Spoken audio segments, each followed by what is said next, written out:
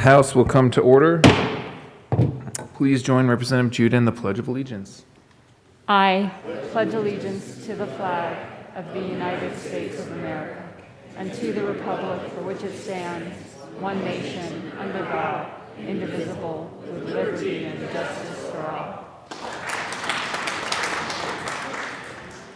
Mr. Gregorio, please call the roll.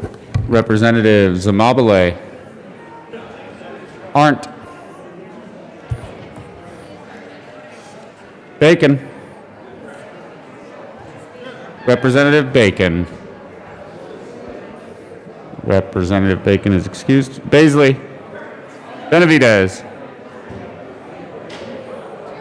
Representative Benavidez. Representative Benavidez is excused. Burnett, Byrd, Bockenfeld, Bradfield, Caraveo, Carver, Catlin, Cutter, Doherty. Representative Doherty is excused. Duran, Escar, Exum, Froelich, Representative Froelich. Representative Froelich is excused. Geithner. Representative Geithner. Representative Geithner is excused. Gonzalez Gutierrez. Gray. Hanks. Herod. Representative Herod is excused. Holtorf. Hooten. Jackson. Here. Judah. Kennedy. Kipp. Larson. Montine. Luck. Lynch. McCluskey. McCormick. McKean. Here. McLaughlin. Here. Michelson Janae. Mullica. Neville. Ortiz. Pelton. Pico. Ransom. Rich. Ricks. Representative Ricks. Representative Ricks is excused. Roberts. Sandridge. Sirota. Snyder. Soper. Representative Soper is excused. Sullivan. Tipper. Titone. Valdez A. Valdez D. Van Beber. Representative Van Beber. Van Winkle. Weissman. Will. Representative Will. Williams. Woodrow. Woog. Young. And Mr. Speaker.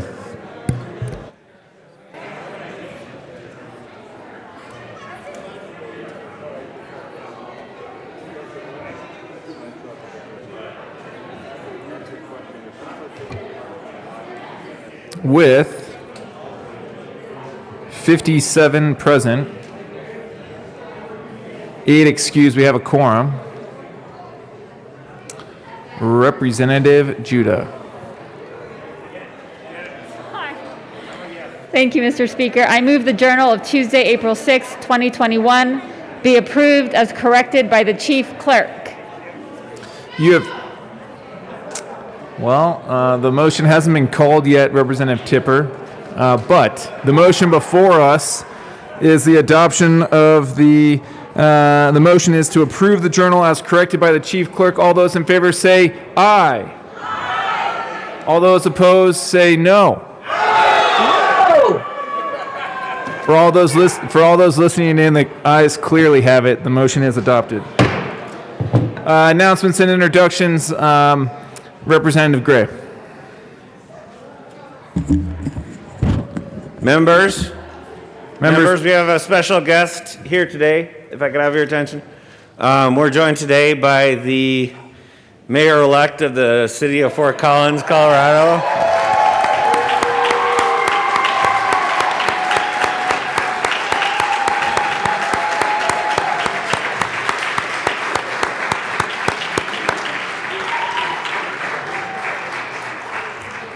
And we'll have a lot more to say about her, and she loves attention, as you can tell.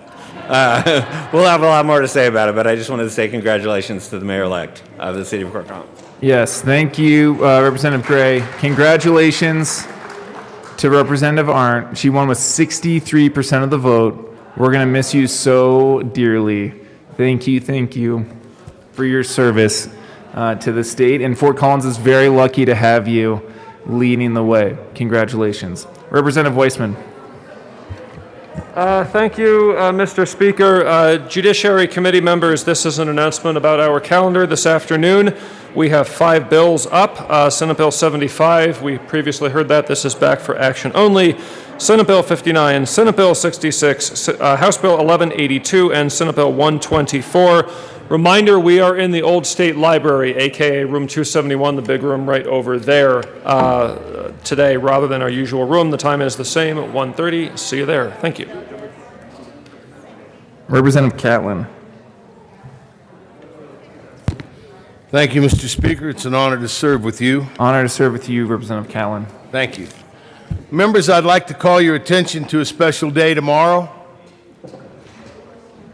Tomorrow is a day that we've celebrated a number of years here in the House of Representatives. It's called Ute Recognition Day. And one of the things that I'd like to invite you to is this is something that you can participate in. Since we're not going to be able to have the tribes here with us, you'll be able to honor the Ute Mountain Tribe, the Southern Ute Indian Tribe, and the Ute Indian Tribe, celebrating the importance of government-to-government relationships between the state of Colorado and the Ute tribes. The Colorado Commission of Indian Affairs will host a virtual meet and greet tomorrow morning for legislators and members of the cabinet on Thursday, April 8th, 7:30 a.m. Some of you farmers won't be able to make it because you won't be awake yet.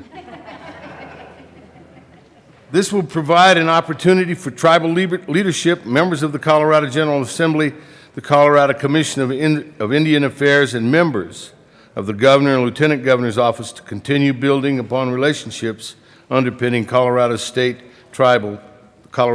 and tribal partnerships. I hope that you and your staff can attend. You'll be getting an invitation from your leadership, our leadership, and from the Lieutenant Governor's Office, giving you the link to where you can zoom in, meet the folks. If you're new in the legislature, this is something that we have traditionally and historically done, and it gives you an opportunity for some to intermix and losing my words. Gives you an opportunity to talk to and have good discussions with individuals that you may not ever get an opportunity to interact with. They are very special people. It's my honor to have them in my district, and also Representative McLaughlin. We're the only two that have Native American tribes in our district. There are a number of Native American individuals that live around the state of Colorado, but it's very special down in the southwest part of the state that these folks have been there for thousands of years. We've been there for a few generations. So if you get an opportunity, look for that in your email. It's my pleasure to host them, and the governor has got proclamations he wants to make. So if you get an opportunity, that's something to think about. Look for it in your email. Thank you very much for your attention. Minority Leader McKean. Thank you very much, Mr. Speaker, and I will echo that. Folks, take a minute of your day tomorrow morning and meet people who have such unique lives and unique history in this state.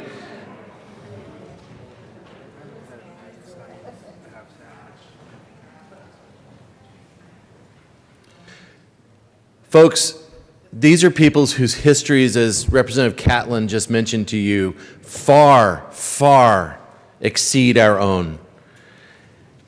there is a tremendous wealth of what you can learn from the people of the Ute tribes, and there's special pride of having tribes that call Colorado home.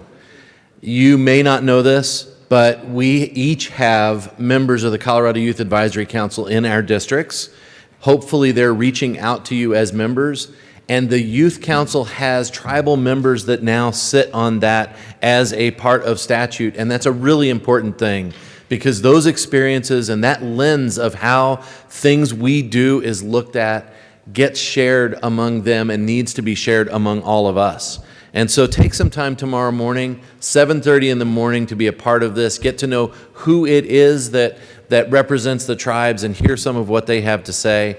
Because to be very honest, the things that they can share with you, and I spend some time talking to Chairman Manuel Hart from the Ute Mountain Utes, actually relatively frequently, the struggles that they have had through COVID and with the ability to get what they need on the reservation, the struggles that they have had as coal mines in Colorado are shut down and they no longer have a source of heat. Those are the things you need to know about, because those are the things that the decisions we make here affect people in an incredibly visceral way. So tomorrow morning at 7:30, I absolutely encourage you to be there, get to know who those counterparts are, get to start to form those relationships. It will serve you so well. Representative McLaughlin. Thank you, Mr. Speaker. And I'm happy to do this with Representative Catlin tomorrow. The Utes. I represent the Ute tribe out of Durango and Ignacio, and we are so proud to have them as part of the voice of the Southwest, part of the voice of America down there. And I couldn't be happier to be present for this tomorrow, and I hope all of you can. They truly are, as Representative Catlin said, a very, very special people, and I have the deepest of respect for them. So please join us tomorrow. Thank you. Thank you, Representative McLaughlin. Representative Montine. Good morning. Thank you, Mr. Speaker. Just a quick announcement. The Health and Insurance Committee meets today at 1:30 in room 112. We only have one bill on our calendar today, Senate Bill 123. We were scheduled to hear House Bill 1232, but that has been moved to this Friday upon adjournment. So if you were following that bill, be sure to tune in and be around for that. Thank you. Representative A. Valdez. Thank you, Mr. Speaker. Members of Energy and Environment, we will be meeting 10 minutes after adjournment today over in LSBA to hear House Bill 1141. We will see you there. Representative Exum. Thank you, Mr. Speaker. Members of the House Transportation and Local Government Committee will be meeting this afternoon at LSBA at 1:30. We're going to change the order just a little bit. House Bill 1249 with Representative Robertson, Michelson, Janae will go first, and then we'll do House Bill 1245 and Senate Bill 130 in that order. Thank you. Representative McLaughlin. Thank you, Mr. Speaker. Education Committee, we will be meeting at adjournment today, and we will be following the bills that are on the calendar. Thank you. See you there. Thank you, Representative McLaughlin. Tribute? Let's go here and then tribute. Representative Michelson, Janae, and Representative Woodrow. Good morning, members. I wanted to alert you that tonight begins Yom HaShoah, or Holocaust Remembrance Day in Israel. It actually starts in a few minutes, and what happens in Israel, and if you are so inclined, is candles will be lit to remember the millions who died in the Holocaust. Later this session, we'll be bringing a resolution, and we'll spend time, as we do every year, talking through this painful point in our history where Representative Woodrow and I have lost many family members, and others in the Jewish caucus have as well as some of you. Thank you, members. Resolution is forthcoming. Never forget, never again. Thank you. Thank you, members. Representative Holtorf.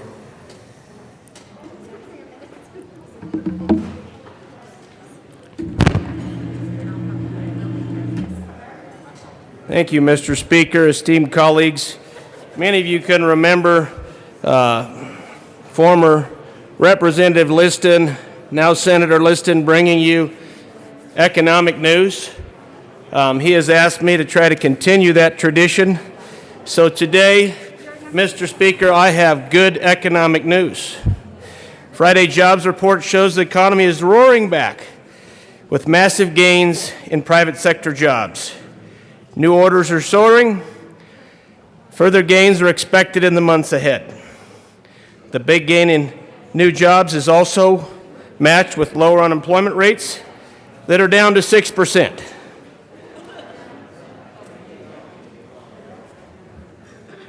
What I'd like to point out is Biden is now in office and the economy is soaring. Many of you might say, how is this happening so quickly, and what will the future bring? Well, I hearken back to 1917 to give an explanation. And this truly is very important historically. Because what happened in 1917 and 1918, you ask? I think we know. The Spanish flu. The Spanish flu epidemic hit the world. Now, for extra credit, who can tell me why it was called the Spanish flu? By a show of hands, does anybody know? Well, there's one, and two, ironically. Part of our heritage does speak of the Spanish flu, but here is the historical reference that I think is important. Spain was a neutral country in World War II, and although the Spanish flu, this very viral strain of influenza was going all over the world, Spain was the first to report the Spanish flu in the media and in the world news. And therefore, for some reason, it was dubbed the Spanish flu. Not because it came from Spain, because it actually came out of Kansas, Fort Riley, Kansas specifically, in the Army. But what I want to tell you is what happened after 1918 in this country. For more extra credit, can everybody tell me what happened after 1918? That's going to happen again to this country. How about the Roaring Twenties? The Roaring Twenties came. Why, you might ask? Because of the suppression of people and the economy due to this viral influenza pandemic across the world. So, ladies and gentlemen, I bring you tidings and good news that in the next 3 to 5 years, the world economy and the American economy is going to soar in a post-pandemic world, which, Mr. Speaker, oh, by the way, is just right around the corner, and that is good news. In fact, I predict by the time we are playing the All-Star game in Colorado that this thing is going to take off like a rocket ship heading to Mars. Thank you, Mr. Speaker, and I will continue to try to bring good economic news to you in this chamber when possible. Thank you, Representative Holtorf. Representative Hooten and Representative Ransom. Members, we have a tribute.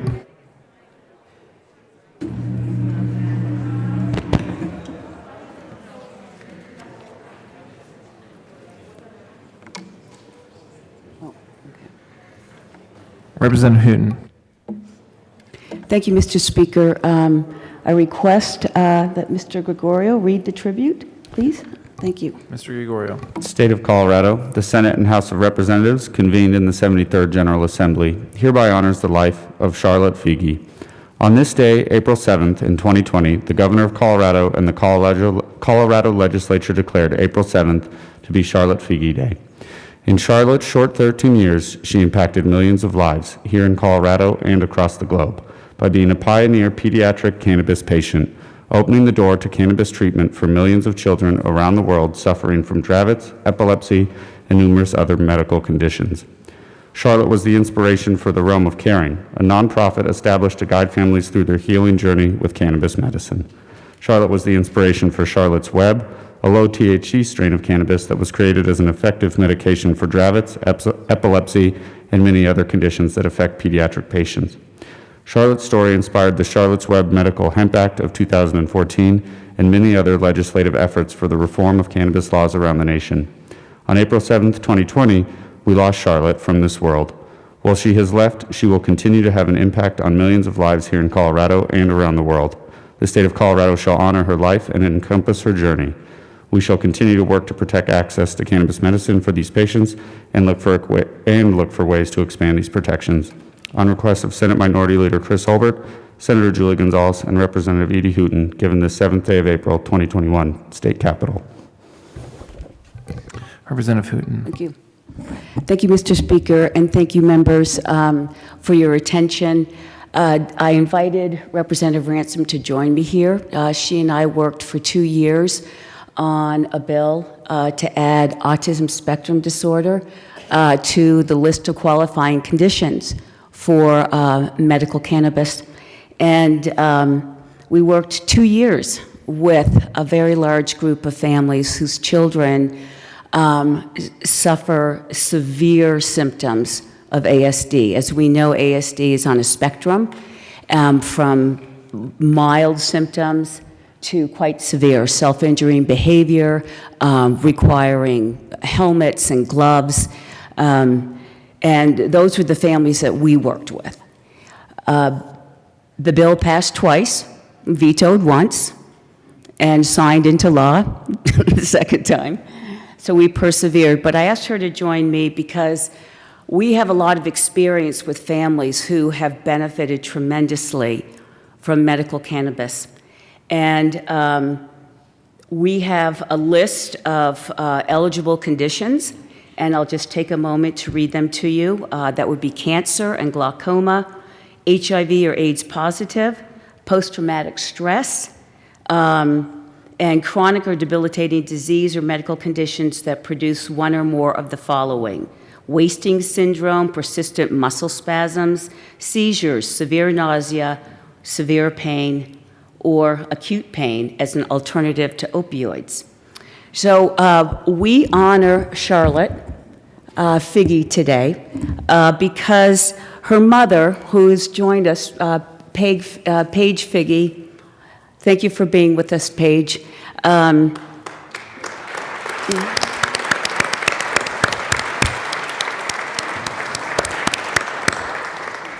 Her daughter, Charlotte, had a very severe form of epilepsy called Davart's disease, where she was experiencing seizures in the thousands a month. And the prognosis for her future was not very bright.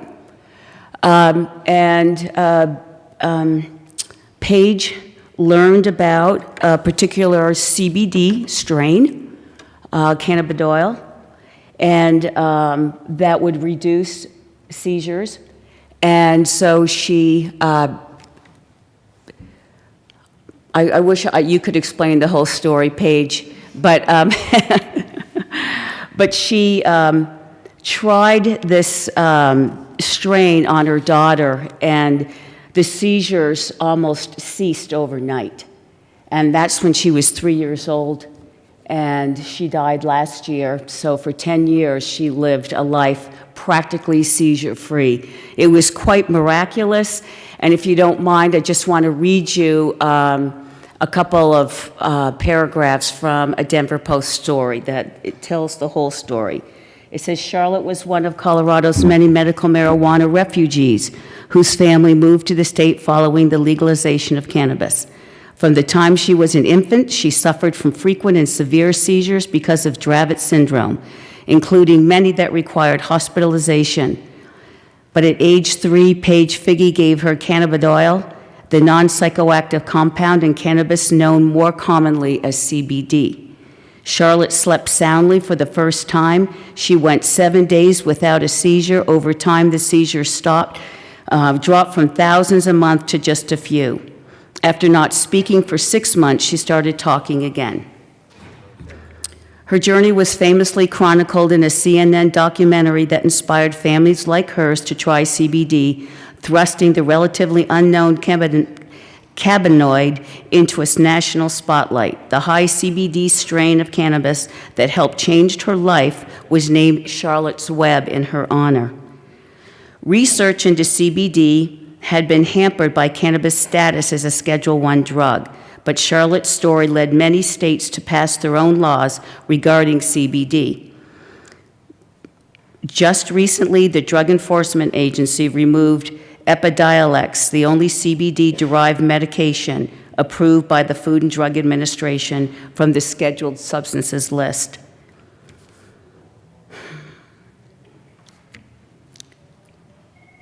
Though Charlotte is most often recognized for her contributions to popularizing CBD, her legacy reaches around the world.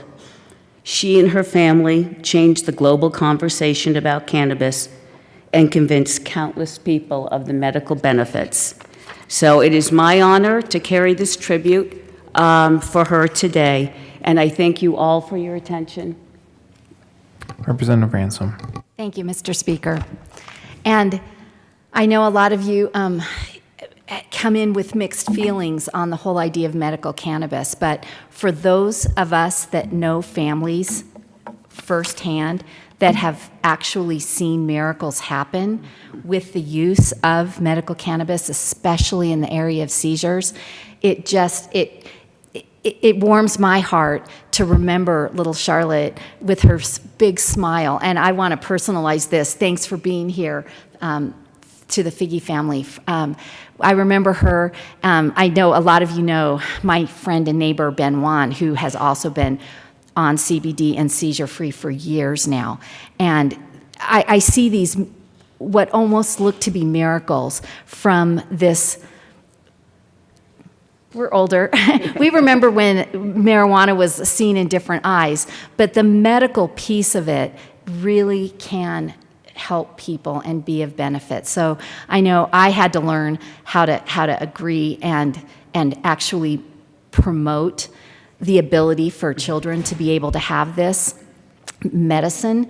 And I'm very glad that Representative Hooten invited me to be part of this tribute, because we will miss the kids that came in years ago to help open these doors. Jack would be another one. Some of you will remember Jack, and he died a few years ago.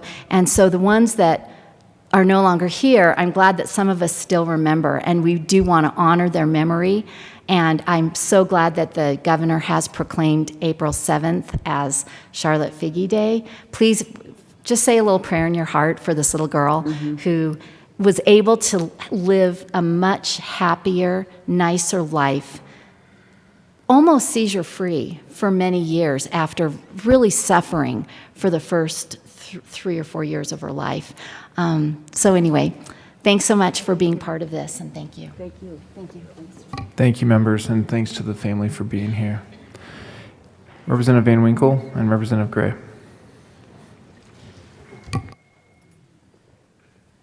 Just briefly, I just want to say thank you, Mr. Speaker, to Charlotte's family, because her memory is not just a blessing for her own life, but the leadership that she's provided as well, and that your family has provided as well. And that's led to Quentin, it's led to Ethan from my district, and it's led to a bunch of kids who have never had a bill named after them. We've had at least 4, and I may be missing one. Because those of us, when we have somebody in our community who desperately needs this, we jump to attention and we do it right away. But there are thousands of kids who benefit from Charlotte's leadership and Charlotte's legacy. And so thank you so much. It's work that we have done, and it's work that will continue to be ongoing, but thank you so much. Representative Van Winkle. Thank you, Mr. Speaker, and thank you, members. Thank you so much for bringing this resolution today, Representative Hooten and Ransom. You know, Ben was here the other day. Representative Ransom mentioned Ben Wan, and we talked in the hallway for quite a while. And it's just every time I talk to the young man, it warms my heart, because I knew him before he found Charlotte's Web, and his life. He couldn't live a normal life. He had seizures every day. It was embarrassing for him. He had trouble just doing the basic things like first grade, something that a lot of us take for granted. But now he has graduated from high school, and his life is on a very upward trajectory, and it warms my heart. So thank you, members.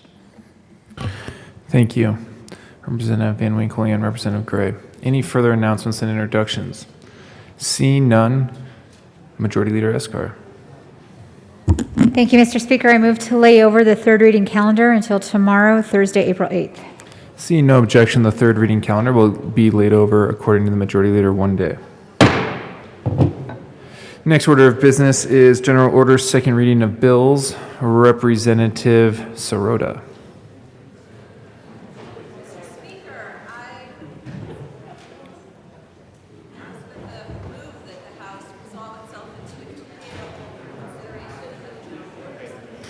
You have heard the motion. Seeing no objection, Representative Sirota will take the chair.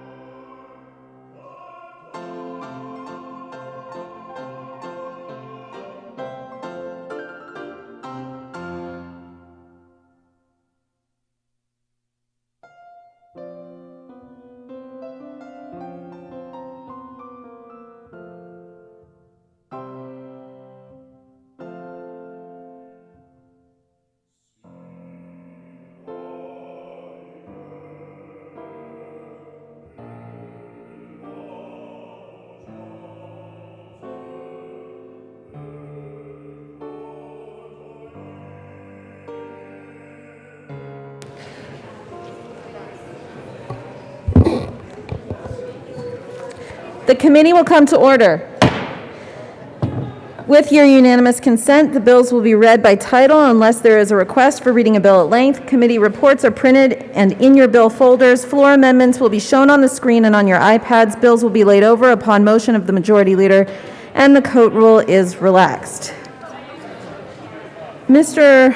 Gregorio, please read the title of House Bill 1095. House Bill 1095 by Representatives Baisley and Kipp, also Senators Janal and Woodward, concerning excavation notification requirements for underground facility location in connection with county road maintenance and in connection therewith, specifying that excavation does not include routine or emergency maintenance of right-of-way on the county-owned gravel or dirt roads, that does not lower the existing grade or elevation of the road, shoulder, and ditches, and that does not disturb more than 6 inches in depth during maintenance operations.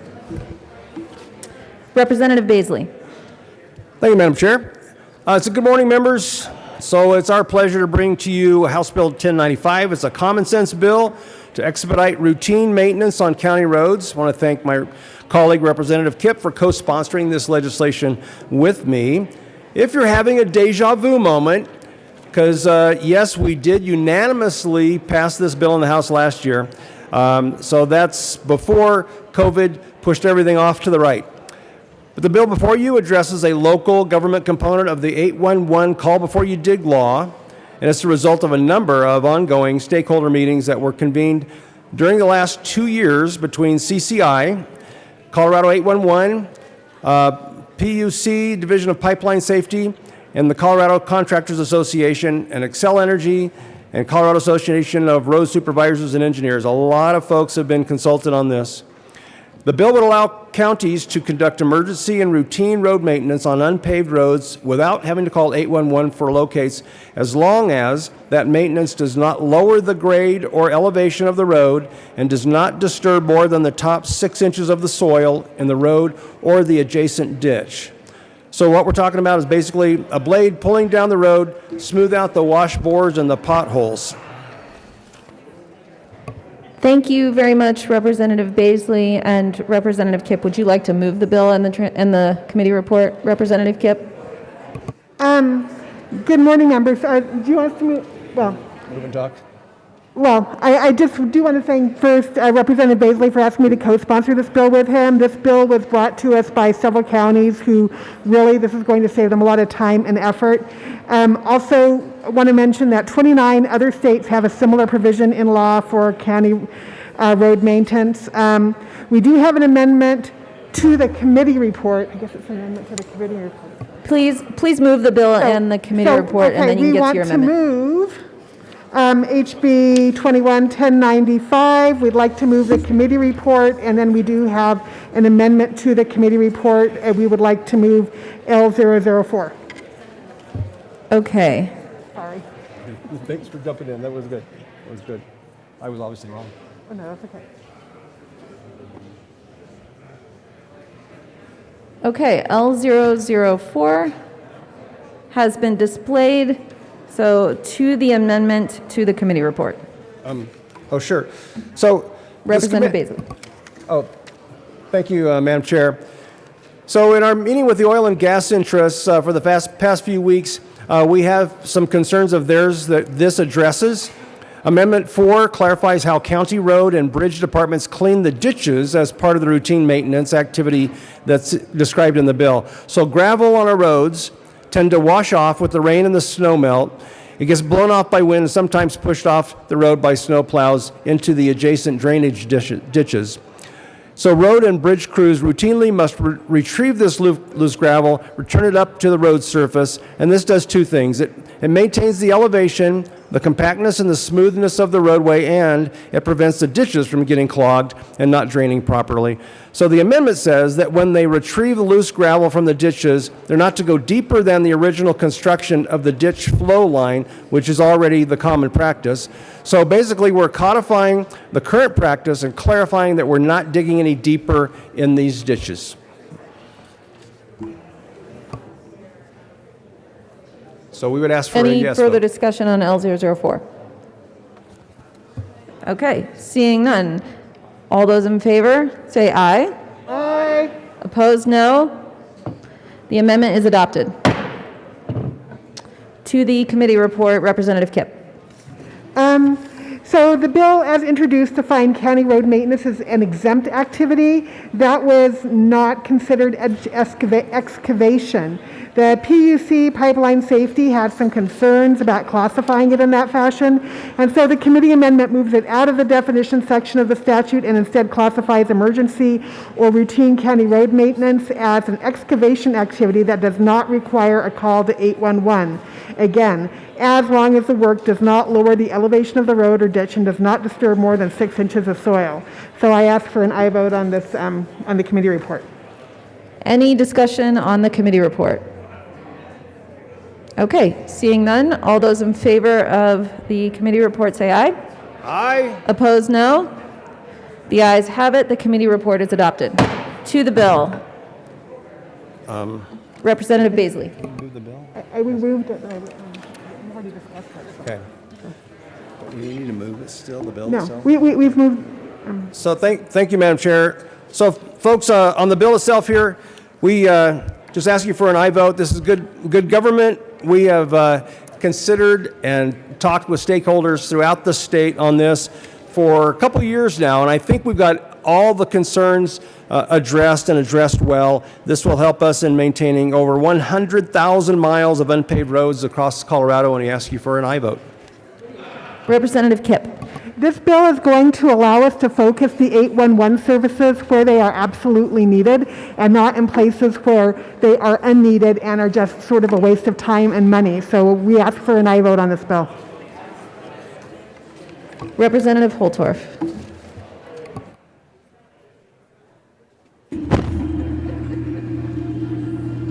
Thank you, Madam Chairwoman. I want to thank my two city slicker colleagues for coming forward with a bill that closes the rural-urban divide. Hundreds of thousands of gravel roads all across House District 64 in eastern and southeastern Colorado will now be legally maintained by allowing for this waiver. because I will tell you there's not enough 811 service providers out there to cover my country. But now, with this very impactful legislation brought by two city slickers to this chamber, they're going to do us good. So thank you, and I'm an absolute strong yes on this impactful piece of legislation. Representative Will. Thank you, Madam Chair. It's an honor to serve with you. And you. Anyway, I just stand in strong support of this bill. I've heard about this for several years and for quite some time from our county road and bridge departments. This is a great bill. Vote yes. Any further discussion on House Bill 1095? Seeing none, the question before us is the passage of House Bill 1095 as amended. All those in favor say aye. All those opposed, no. The bill passes. Mr. Gregorio, please read the title to House Bill 1235. House Bill 1235 by Representatives Byrd and Benavides, also Senator Story, concerning measures to improve public safety through the modification of the regulation of fireworks. Representative Byrd. Thank you, Madam Chair. I move House Bill 1235. To the bill. Representative Byrd. Yes, again, thank you, Madam Chair. So today, House Bill members 1235 clarifies that it is unlawful for a person who is licensed as a retailer, display retailer, wholesaler, or importer of fireworks to sell fireworks outside the scope of what their license permits. Our bill will do the following, and it also actually encloses an important loophole that's being used in many cases to sell fireworks that should otherwise only be sold to commercial users of fireworks, to everyday people. We hear this all the time in our neighborhoods over the summer months. We know that for too many communities, instead of enjoying quiet evenings in the summer and early fall, residents are faced with the frequent sound of fireworks in and around their neighborhoods. At a minimum, these sounds are disruptive to people's quality of life. For veterans, the sound can be emotionally upsetting, and finally, many family pets are terrified at the sound, resulting in trauma and some pets running away from home and ending up in shelters. I do want to let you know that in support of this bill, state fire chiefs have endorsed this bill. Just one moment, Representative Byrd. I apologize. Members, can you please take your conversations to the side because I can't hear what's happening in the well, and I'm right here. Representative Byrd, go ahead. Thank you. So, members, I was just going to share with you that the Fire Marshals Association of Colorado, Colorado State Fire Chiefs, Colorado Voters for Animals, TNT Fireworks, Colorado Municipal League, and the Dumb Friends League have all registered support positions for this bill. I ask for your yes vote. Representative Benavides. Thank you, Madam Chair. And members, my colleague said it all. It's a good bill. Please vote yes. Okay, is there any further discussion on House Bill 1235? Seeing none, the question before us is the passage of House Bill 1235. All those in favor say aye. All those opposed, no. I think the ayes have it and the bill passes. Mr. Gregorio, please read the title. Oh, I'm sorry. Madam Assistant Majority Leader Gonzalez Gutierrez. Thank you, Madam Chair. I move to lay over House Bill 1006 until after House Bill 1136. Okay. Thank you. House Bill 1235 will be laid over until after 1006. House Bill 1006 at the request of the Assistant Majority Leader. Mr. Gregorio, please read the title to 1084. House Bill 1084 by Representatives Exum and Van Winkle, also Senator Heisey, concerning the ability of certain individuals in the custody of the State Department of Human Services to acquire legal authority to drive. Bring it up just a bit. Representative Exum. Thank you, Madam Chair. It's an honor to serve with you. And with you. I move House Bill 1084 and the Appropriations Committee report. To the committee report. Thank you. The Appropriations Committee report appropriated some money for this bill, and we ask for an aye vote. Any further discussion on the committee report? Seeing none, the question before us is the adoption of the committee report. All those in favor say aye. Aye. Aye. All those opposed, no. The ayes have it. The committee report is adopted. To the bill, Representative Exum. Thank you, Madam Chair. Members, we bring House Bill 1084 to you. The inability for youth in foster care to get quality driver education or have the opportunity to get required permit driving hours because they do not have available adult access or car or pay ability for a program. The lack of support of some counties and human services for the county department's custody in getting driver's permit or license due to concerns about liability the county may be incurring when the youth is in custody and behind the wheel. The trouble youth in foster care often have in providing documents required by DMV due to the nature of being in foster care. Many times these documents create delays and outright barriers. And my co-prime sponsor will talk about what the bill does. Representative Van Winkle. Thank you, Madam Chair. And yes, specifically the bill establishes a grant program to fund driver's license education for youth who are in the custody of their county Department of Human Services.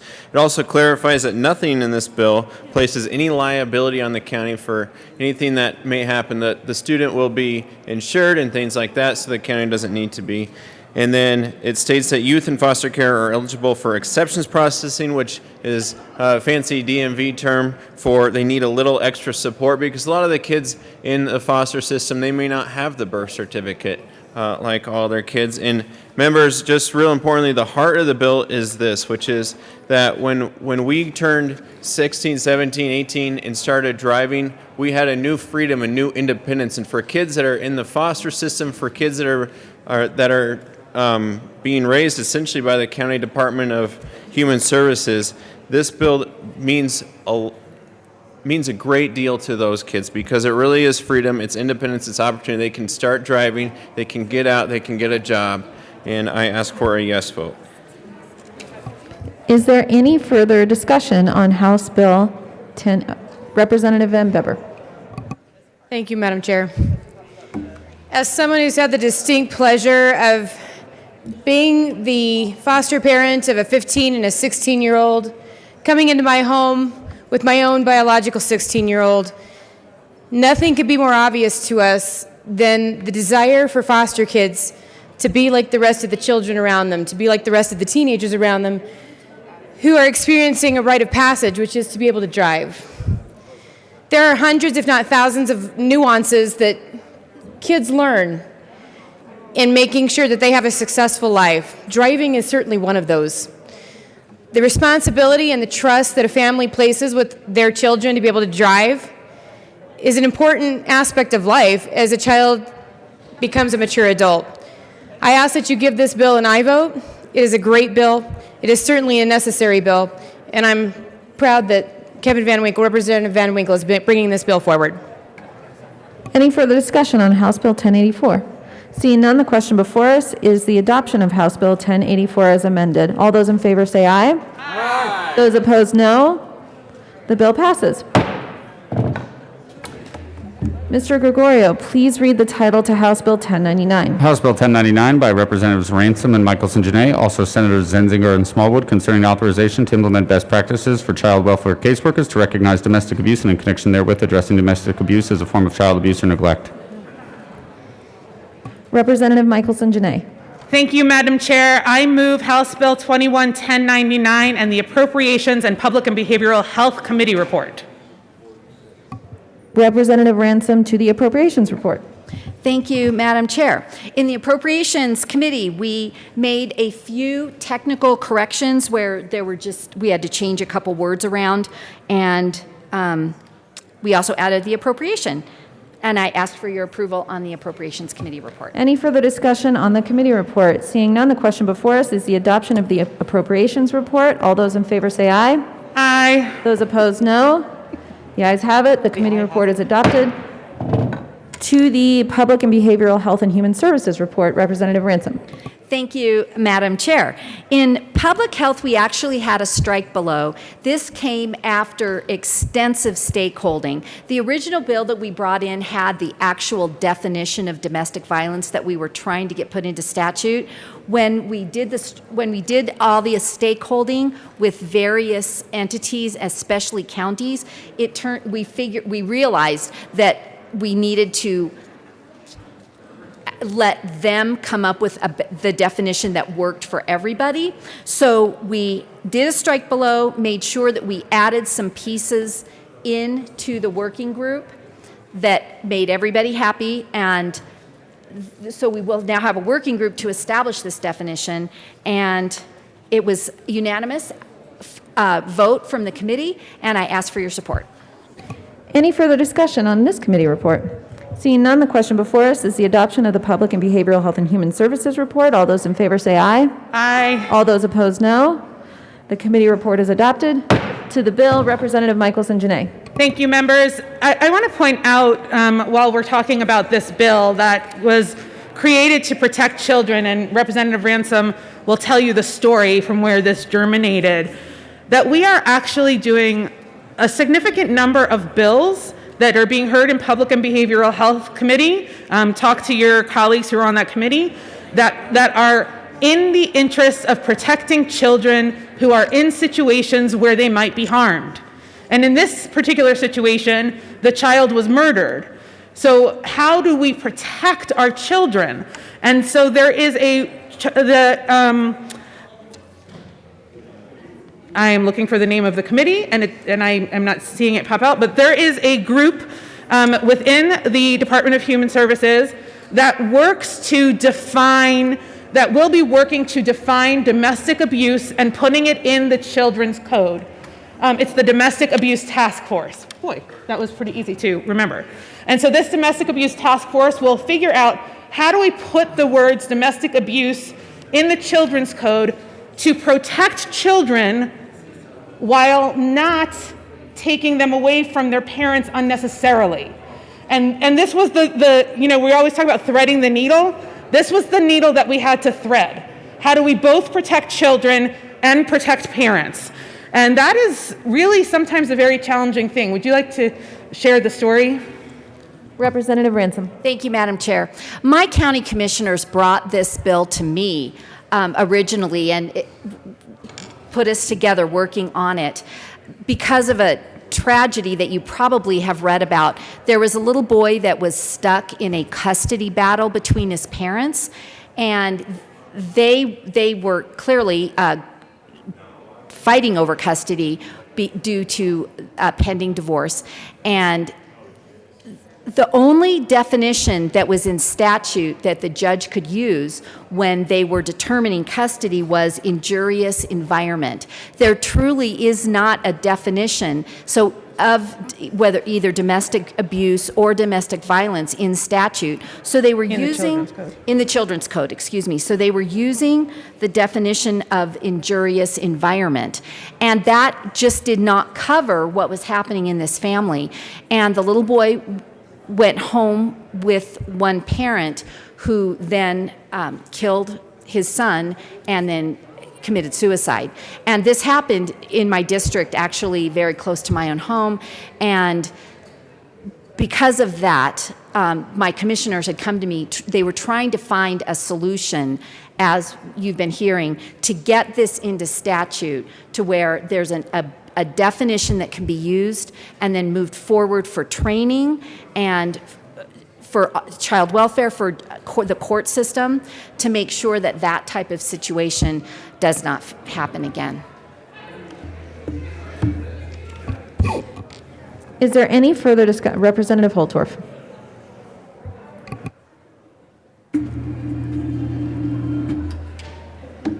Madam Chairwoman, I want to thank the bill sponsors for bringing this.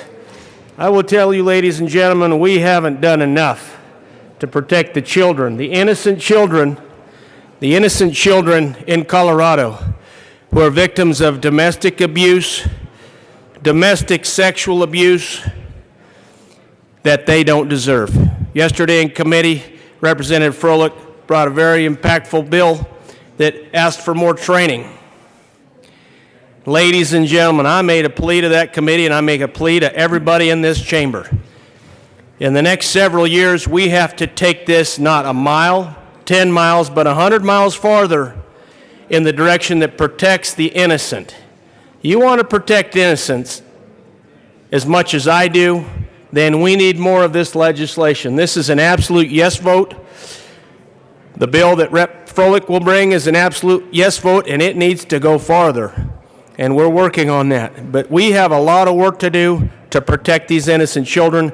This is a good first step. Thank you, representatives, for bringing this. Okay? I thank you. The state of Colorado thanks you, and your God thanks you. Any further discussion on Representative Ransom?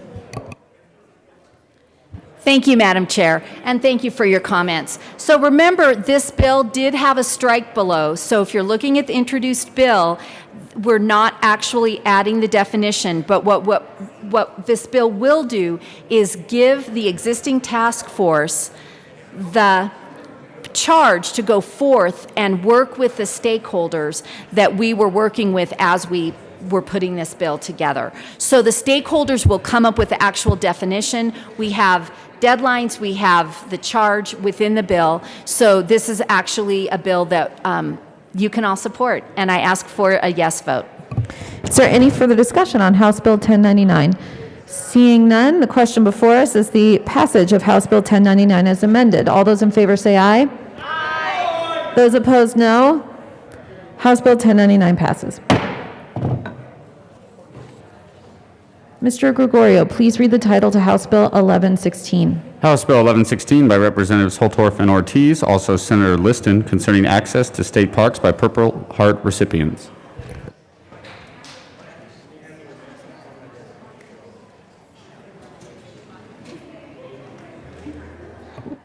Representative Ortiz. Madam Chair, I move HB 21-1116, no report from the committee. To the bill, Representative Ortiz.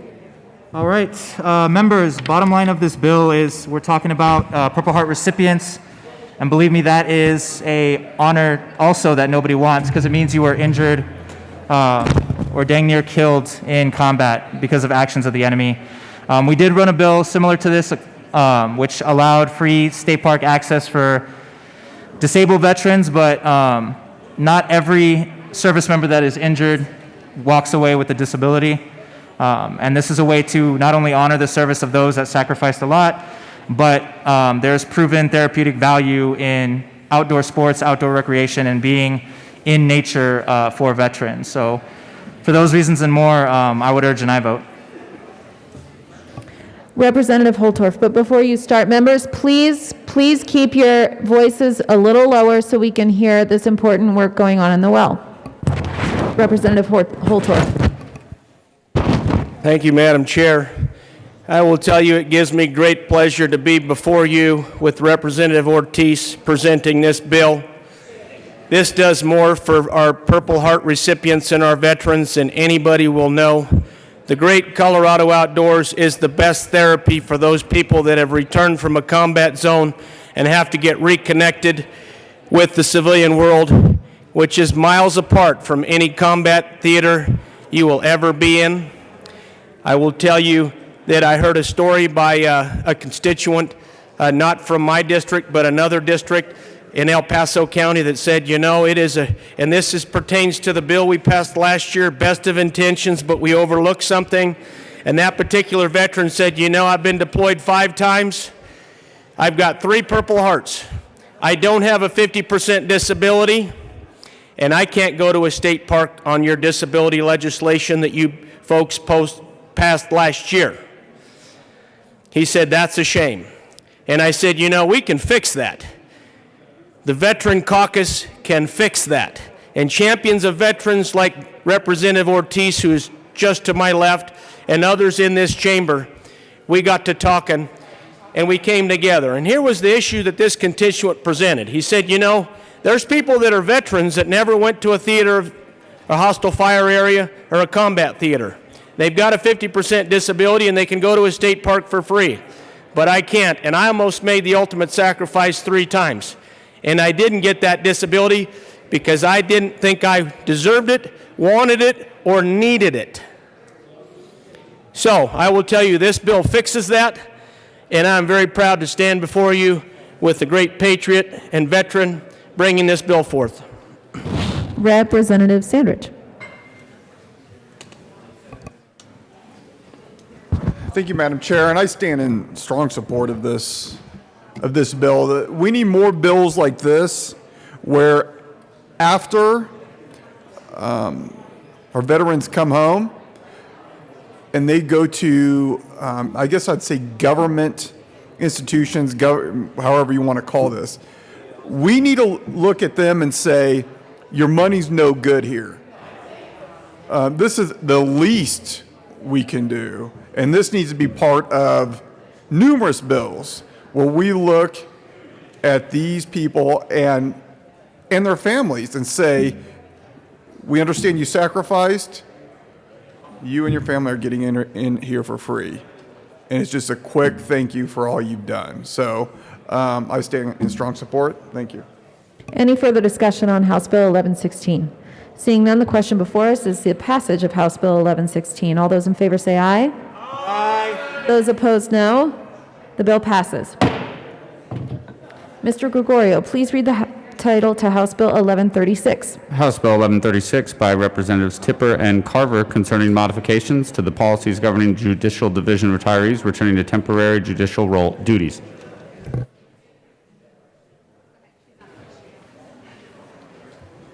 You can walk.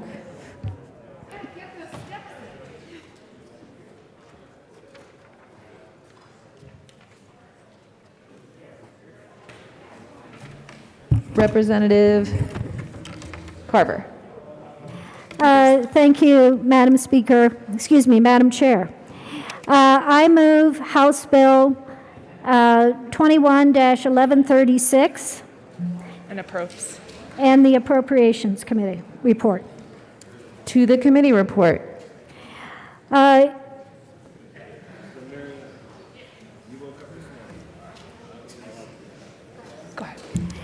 In appropriations, we got funding for the bill, and I ask for an aye vote. The question before us is the adoption of the appropriations report. All those in favor say aye. Aye. All those opposed, no. The committee report is adopted. To the bill, Representative Tipper. Thank you, Madam Chair. In Judiciary, we had heard in the Smart Act hearings about the tremendous backlog, particularly in jury trials, that our court system is facing.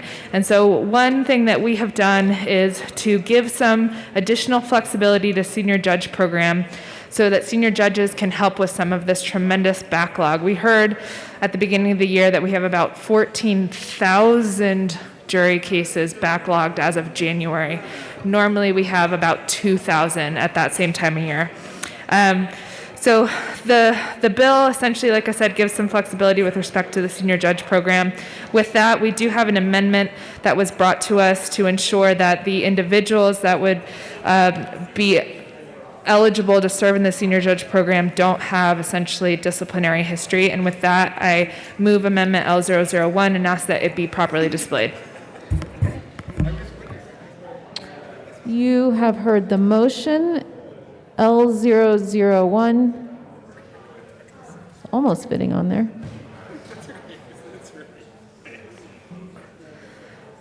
L001 has been properly displayed. Please proceed, Representative Tipper. Thank you. Amendment L001 gives additional flexibility so that the contract period could be 10 days as well.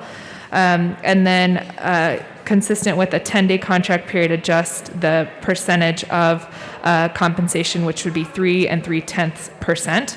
And then what I spoke to about was ensuring that individuals who have discipline or who, in some cases, retired in lieu of having disciplinary proceedings advance would not be eligible for this program. And that's what lines 7 through 25 of the amendment speak to, and I ask for a yes vote. Is there any further discussion on L001? Seeing none, the question before us is the adoption of L001. All those in favor say aye. Aye. Aye. Those opposed, no. The ayes have it. L001 is adopted. To the bill, Representative Carver. Thank you, Madam Chair. This bill will help our judges and the judicial branch deal with the massive backlog they have in jury trials. It takes an existing retired judge program and allows them to expand it to deal with this huge number of cases, and we ask for an aye vote. Is there any further discussion on House Bill 1136? Seeing none, the question before us is the passage of House Bill 1136 as amended. All those in favor say aye. All those opposed, no. The bill passes. Maybe. Mr. Gregorio, please read the title to House Bill 1006. House Bill 1006 by Representatives Escar and Will, also Senators Garcia and Heisey, concerning fifth-day school week supplemental education programs. Madam Majority Leader Escar.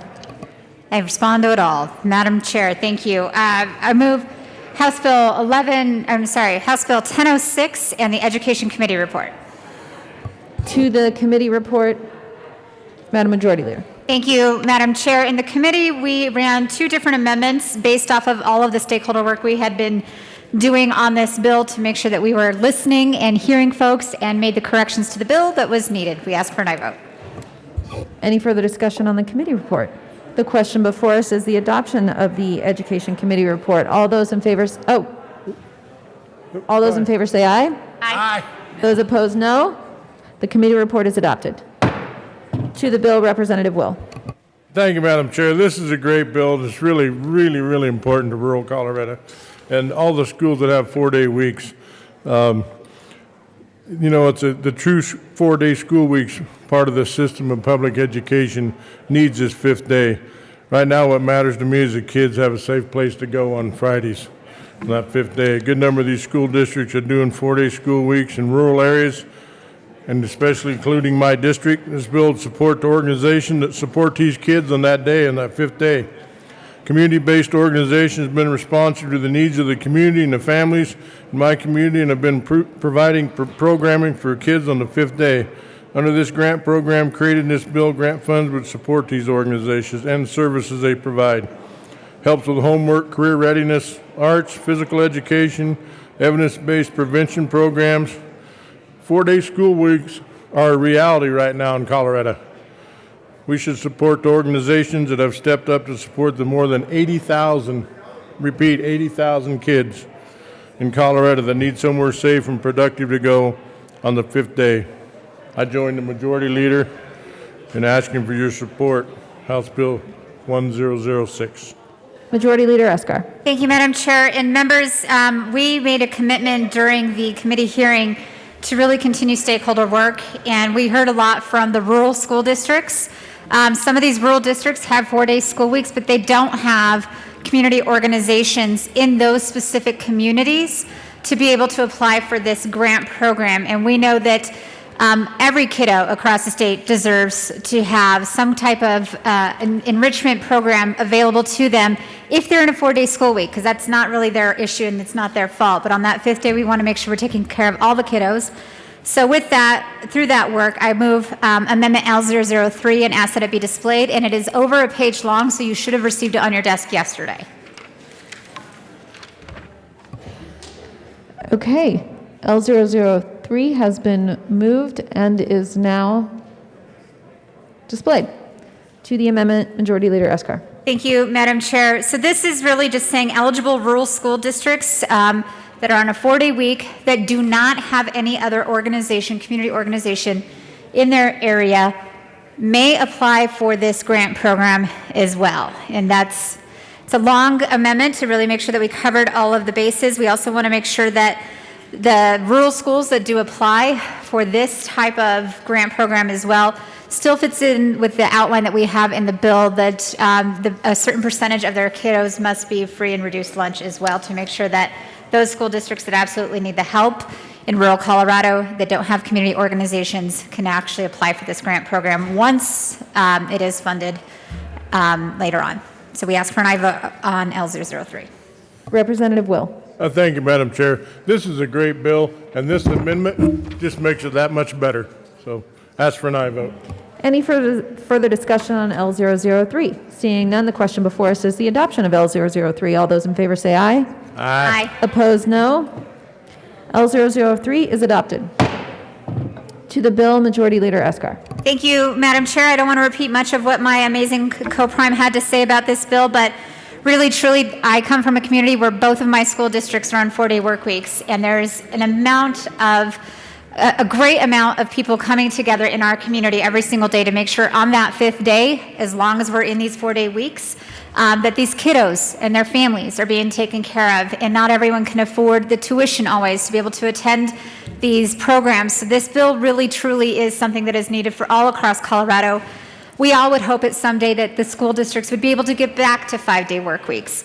But in the meantime, we can't sit around twiddling our thumbs, wishing and hoping that'll happen. In the meantime, we have to make sure that these kids are being taken care of on that 5th day. That's what this bill does, and we would love your support and ask for an aye vote. Representative Will. Thank you, Madam Chair. Not much more to say. My co-prime did a great job explaining that. But did I mention this benefits 80,000 of our Colorado students? There you go. Perfect. So ask for an aye vote. Any further discussion on House Bill 1006?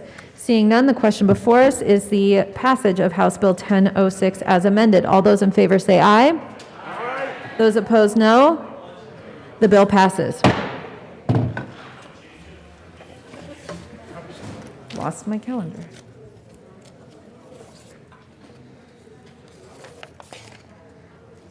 Mr. Gregorio, please read Madam Majority Leader. Thank you, Madam Chair. I move to proceed out of order to hear House Bill 1133. For consideration of House Bill 1133. Those are the words. Are there any objections? Seeing none, we will proceed out of order. Mr. Gregorio, please read the title to House Bill 1133. House Bill 1133 by Representatives Mullica and Judah, also concerning strategic resources for kindergarten through 12th grade schools to provide a safer environment for kindergarten through 12th grade students who have been diagnosed with a seizure disorder. Representative Mullica. Thank you, Madam Chair. I move House Bill 1133, and there is no committee report. To the bill, Representative Mullica. Thank you, Madam Chair. House Bill 1133 has a simple goal, and it's to ensure that if there's a student that has a seizure disorder at school, that there's someone on site who is trained on how to deal with that seizure and administer emergency medications. We have Joey here today, and Joey's up in the gallery, and that's who the bill's named after. And Joey was able to share his story with us. And it's a very impactful story. Joey has a seizure disorder, and he was able to share the story at school when an untrained personnel or untrained teacher came and didn't know what to do when he was having a seizure. And he remembers her holding him down and the trauma that caused him, but not only him, the trauma that it caused the teacher. And that's what we're trying to do here, members. Members, that's what we're trying to do here. Excuse me, Representative Mullica. It's really loud. Thank you. Please proceed, Representative Mullica. And this is what we're trying to prevent, members. Seizure disorders are a serious, sometimes life-threatening condition that deserve the level of attention that we have in this bill. Much stakeholding has gone into this bill, and we've struck the right balance. This is a good bill that will ensure our students who have a seizure disorder can go to school and be safe. And for that reason alone, I ask for your yes vote. Representative Judah. Thank you, Madam Chair. Members, this bill is personal to me. Joey's bill is personal. I have epilepsy. And for 23 years, I have lived with the underlying fear, not knowing if today would be the day that I would have a seizure. Over the last 23 years, that day would rear its ugly head and I would seize. Every time unannounced, unpredictable, undetectable. In an airport bathroom in Germany, sitting at my desk at work, on a lunch break from teaching, at home, every time unprepared. Unprepared because I do not have what they call an aura that warns me of an impending seizure. And for folks that do have seizures, an aura gives them time to get somewhere safe. Not having an aura has meant that in many ways, epilepsy has dictated my life. From foods I can and cannot eat, to counting how many hours of sleep I get each night, managing my stress levels, avoiding looking at everyday things like flashing lights of an ambulance, and even where I sit in this very chamber. Sadly, there is a huge stigma around seizures. Many people who suffer from seizures keep their condition to themselves. People can hurt themselves, lose control of their bladder or bowels while unconscious after a seizure. For 23 years, I was never public about my epilepsy.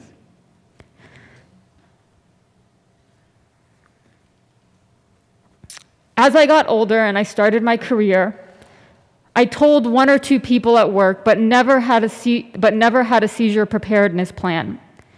I never had rescue meds. I didn't even know that was something I should or had the right to have. Keeping my condition to myself, not considering those around me, not extending the courtesy of teaching them what to do, teaching them how to help safely and properly if I seize around them, not empowering them to feel like they had the knowledge to know how to help. Thank you, everyone. You can be seated. It wasn't until I was elected that I realized the importance of having my own seizure preparedness plan. So as I came to leadership, to Rep. Mullica, to Reps. Caraveo, both practicing medical professionals, and shared my reality, I was shocked how many of our own members' lives have been touched by seizures. Before I go on, I want to note that I have explicit permission from the following members to share their stories. Our very own speaker told me how many times he assisted Alexis Perlmutter, Congressman Perlmutter's daughter, during her numerous seizures. Rep. Froelich and Roberts have lost siblings to seizures. Reps. Duran and Gonzalez Gutierrez both have family members who have lived with seizures. And Rep. Van Weber, who had seizure-like symptoms that led to a successful diagnosis and a full recovery from a disorder that could have been life-threatening if it were left untreated. And I want to take this opportunity to thank leadership and staff for being so accommodating leading up to my first day and agreeing to my own seizure preparedness plan. Working together, deciding to seat me in the back so I don't hit my head if I have a seizure in this chamber. Being in the back would also put me closest to those trained to handle seizures. Our Sergeant at Arms and Rep. Mullica and even Rep. Roberts. Informing key staff what to do and what needs to happen if I seize. Allowing me an office in the building so I can take refuge and find privacy after a seizure. Having a seizure response bag under my desk in this very chamber, packed with my rescue meds and everything I would need to have my colleagues assist me during and after my most vulnerable moment. Members, 60,000 Coloradans are prone to seizures. That's 1 in 26 people in Colorado and in the world will be diagnosed with epilepsy in their lifetime. Not making this a red or blue issue, but rather a human issue. Seizures are not exclusive to epilepsy. Folks with diabetes, head injuries, fevers, and other conditions can all lead to seizures. What an opportunity this bill presents. An opportunity for families who suffer from seizures to feel empowered to dismantle this stigma by educating those adults in their orbit about their seizures, how to safely and appropriately respond while honoring their wishes during their most vulnerable moment. And our children should never have to worry about constantly asking the question, what if? Our most precious commodity, our children, should be able only to worry about age-appropriate things, like homework, what movies are out, who likes who, not if their teacher knows what to do if they seize. For many parents, including my own, they lived with the fact that they had to send their child to a school that doesn't have a full-time nurse, or worse, doesn't have a nurse at all. This bill is not a burden on schools or teachers or coaches or administrators or staff that chooses to take this training. It is at no cost to the school, and the Epilepsy Foundation, for whom Rep. Mullica and I are both wearing purple today, and who are listening in, stepped up to offer this 1-hour training for free. So members, it is my hope, my sincere hope, that by telling my story, I am helping to dismantle that stigma around seizures and epilepsy, that each and every one of you feel empowered and educated about how to respond if I or someone around you has a seizure. On each of your desks, I have put instructions and my own wishes, my own seizure response plan, and on the back, directions on how to administer rescue meds. I do think it's worth noting that this is my own personal seizure safety plan, and other plans may look different. But I do kindly ask that you review it and keep it, and feel free to ask myself, Rep. Mullica, or Rep. Caraveo any questions that you may have to feel empowered. Thank you. Is there any further discussion on House Bill 1133? Representative Roberts. Thank you, Madam Chair, and I rise in strong support of this bill, and I want to thank Joey for being here. Joey was an intern in my office last session as well, so I have a lot of connection to this bill, but especially thanks to Representative Mullica and Judah for bringing it. When I vote yes on this bill, I'm going to be thinking about the parents who send their kids to school who have these conditions. I'm going to be thinking about my mom, who had to send my brother to school, and who every year had to go and talk to every person who might come in contact with him at school to explain what might need to happen if he had a seizure. What this bill means is that no longer those parents can worry just a little bit less when they send their kids to school every morning, because they'll know that somebody in the school is prepared to handle this situation if it arises. This is a great bill. I urge an aye vote and thank the sponsors for bringing it. Thanks, Joey. Representative Larson. Thank you, Madam Chair. It's an honor to serve with you. And you. Members, I just wanted to rise in support of this bill as well. I had the privilege of hearing it in the Education Committee, and we heard some very compelling testimony from parents about this condition. And it's a very minimally invasive bill, frankly. It just ensures that there's somebody on site, so in the event that somebody does experience a seizure, there's somebody who knows what to do. And with a seizure disorder, there can be so many negative outcomes that are exacerbated if there isn't proper attention given at the time of the seizure. And because this is such a hidden disease, and oftentimes kids will manifest for the first time when they're away from their family, it's just important that we have someone there who's trained in the basics of knowing what to do. So this is a common sense bill, and I hopefully can count on all of your support when it comes to third reading tomorrow. Minority Leader McKean. Thank you, Madam Chair, and thank you guys for doing this bill. Rep. Mullica and I had these long talks last year about doing this and what it meant and what it didn't mean, and just truly how common sense it is. My own experience, so I used to work at the Western Missouri Mental Health Center, which is the state mental hospital in Kansas City, Missouri. One of my favorite people there was a young man named Aubrey Davis. And I can say his name now because Aubrey's not with us anymore, but Aubrey, from the time he was 9 years old, started having seizures, and people did not know what to do, didn't know what to do at school. His parents didn't know what to do. And to me, there was that lack of a place of intervention for him. And so as a young teenager, he ended up at the Western Missouri Mental Health Center. And Aubrey had a grand mal seizure every night that would last over 5 minutes.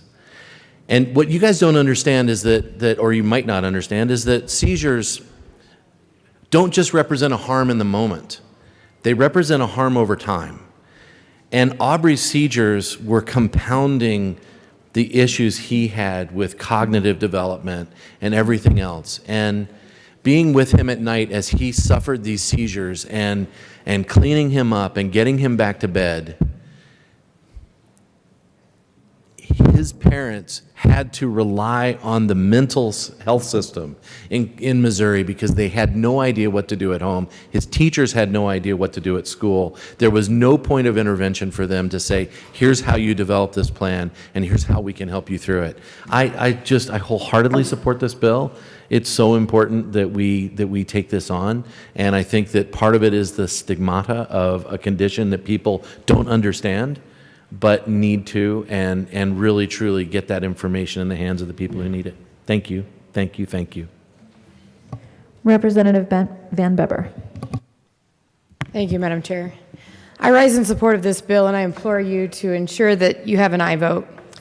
Like Representative Judah just mentioned, one doesn't ever choose to be in a situation where you're taken unawares by a seizure. It's scary for an adult.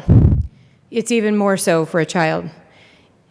As an educator for over 20 years, I've always told my students and my fellow staff members, as an educator, our job is to first keep our students safe, and our second job is to teach them, to educate them.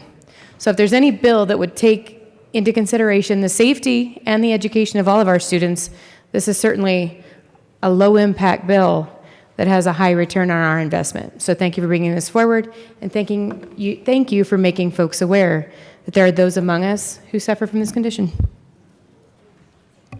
Is there any further discussion on House Bill 1133? Seeing none, the question before us is the adoption of House Bill 1133. All those in favor say aye. Aye. Those opposed, no. The bill passes.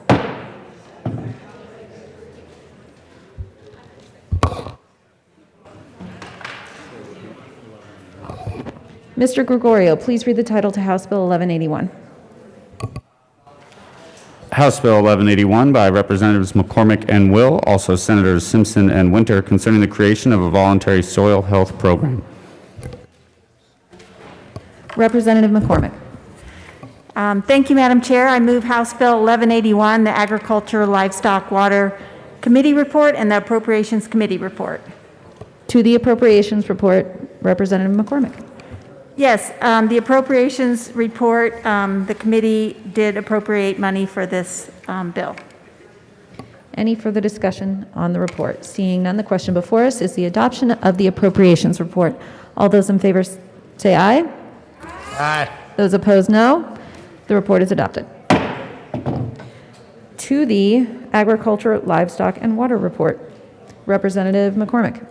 Thank you, Madam Chair. Yes, in committee, we had a lot of feedback from various stakeholders, such as the Colorado Association of Conservation Districts, sugar beet growers, and the Farm Bureau, and working through all of the various requests.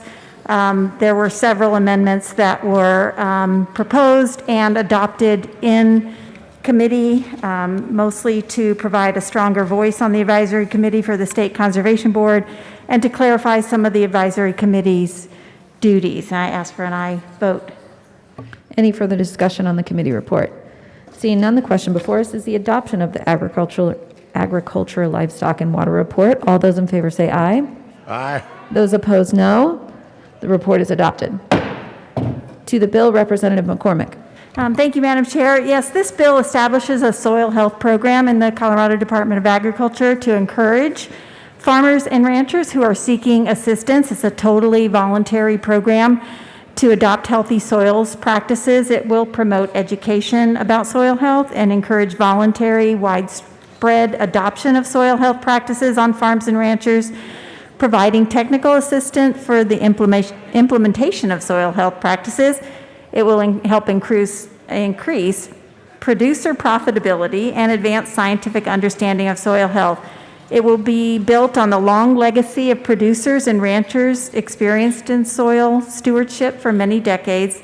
It will be led by producers and conservationists across the state. The main components of the bill are setting up a grant program for the demonstration, implementation, and educational purposes, working with producers, conservation districts, nonprofits, academic institutions such as CSU and others. It will provide a soil health inventory across the state and also provide soil health testing for those that voluntarily choose to participate. Representative Will. Thank you, Madam Chair. And so this bill and this proposal, really, it's considered by agriculture for agriculture. And the background is, Colorado has 76 conservation districts across the state representing private landowners' interests in conservation planning and practices. So currently the Colorado Department of Ag distributes a little over $700,000 of general fund money to conservation districts for soil health work. So this bill creates a soil health program and a soil health advisory committee within the Department of Ag. So a lot of it's been said about the advantage of soil health to our producers and all, and that includes rangelands like over in my district on the western slope. It doesn't have to be row crop farming type practices. It can be rangelands as well. So soil science is rapidly advancing, continues to show us that increasing soil health is critical not only to boosting productivity, as Rep. McCormick said, and also about drought resistance. It also affects amount and timing of form of precipitation. And I know there's been some concern that CDA Department of Ag and this bill that'll take the place of soil conservation districts. That's not the case. The advantage of soil conservation districts is they have local expertise. And that local expertise goes from there locally to the state level and to the federal level. And that won't change with the way this advisory committee is structured. And we'll talk about that amendment, about how the advisory is constructed. But the Commission of Ag must appoint a chair who's a member of the State Conservation Board and one other member in that advisory group that's on the State Conservation Board. So all these programs like this, they need local buy-in to succeed. I know there's concerns there will be competition for funds potentially hurting ag producers, but with the state conservation chair, this shouldn't happen, and I don't see it happening. I think there's going to be a lot of advantage from some federal dollars coming down, and there's many of these soil conservation districts we heard in committee. They're in full support of this. Most of them across the state are. Some are a little concerned with the program, but during the committee and all we've heard from and all the stakeholding that's been done, I'm convinced that this will be a great program. They'll dovetail together with the conservation districts, and ag producers in this state will benefit from this program. Is there any, Representative McCormick? Thank you, Madam Chair. I just wanted to make it very clear that this bill has an express prohibition on any mandates. It's totally voluntary, and the confidentiality of all producers, landowners, and land management information will not be accessible for open records requests. Any data that's collected will just be metadata that will be used to further the program. And there is an annual reporting requirement as well that's part of the bill. And I ask for an aye vote. Representative Will. Thank you, and thank you, Rep. McCormick, for bringing that up about the mandates, because the CDA specifically prohibits that mandating of any agricultural practices or imposing other involuntary obligations. So I want to point out in this bill, you can look at it, read it, no less than 5 times voluntary is in the bill, is mentioned in the bill, no less than 5 times. It's voluntary. Nothing mandatory about it. It's just trying to move soil health forward. I just got corrected. I think it's 4 times, yeah. No, I think it's used. Okay, is there any further discussion on House Bill 1181? Seeing none, the question before us is the adoption of House Bill 1181 as amended. All those in favor say aye. Aye. Those opposed, no. The bill is adopted. Thank you. Good job.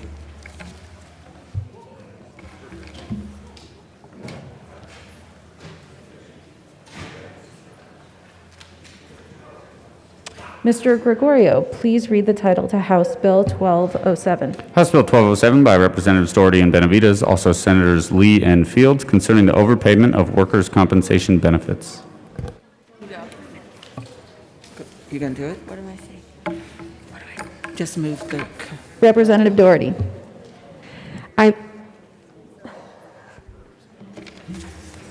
Thank you. I move Committee report. House Bill 1207 and the committee report. To the committee report. Just explain, we made changes. Madam Speaker Pro Tem. Members, we made a few changes in clarifying the language for overpayment and when to clarify on callbacks when it applies and doesn't. And I asked for an aye vote on the committee report. Any further discussion on the committee report? Seeing none, the question before us is the adoption of the Business Affairs and Labor Report. All those in favor say aye. Aye. Those opposed, no. The committee report is adopted. To the bill, yes. Madam Speaker Pro Tem. Yes, thank you, Madam Chair. With the bill, we have an amendment to the bill. Actually, it's Amendment L007 and ask that it be displayed. I'm sorry, did you move that? Yeah, okay. Okay. Thank you, Madam. L007 has been moved and displayed. Please proceed. Oh, you do need to move it. Madam Speaker Pro Tem. Thank you, Madam Chair. And members, this amendment, there were some questions as whether the definition of overpayment was broad enough to include errors due to miscalculations, omissions, or clerical errors. And so we put this language in there, and it'll be added to the definition right after the result of fraud. And we asked for an aye vote on the amendment. And you still need to move it. And I moved the amendment, L007. Okay. Any further discussion on L00, Representative Van Winkle?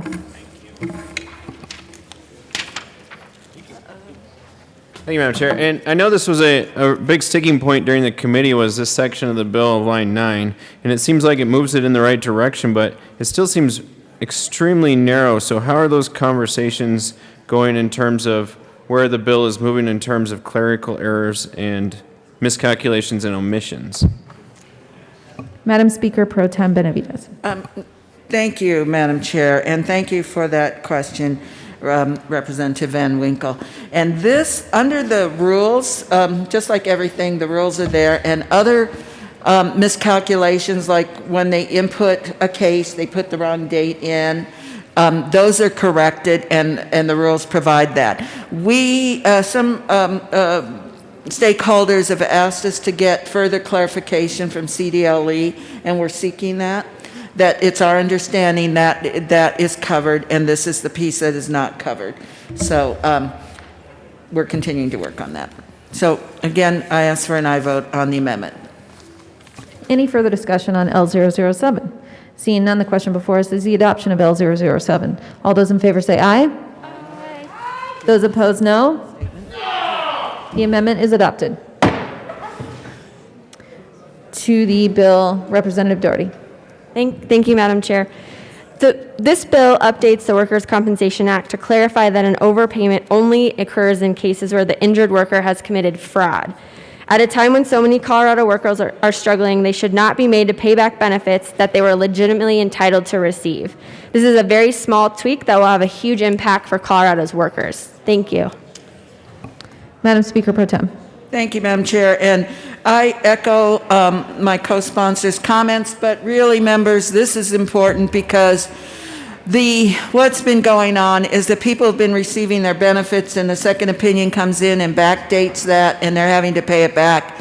And it's devastating to a worker who has been doing everything a doctor told them to do. So it's not fair to make them responsible. So this fixes that issue.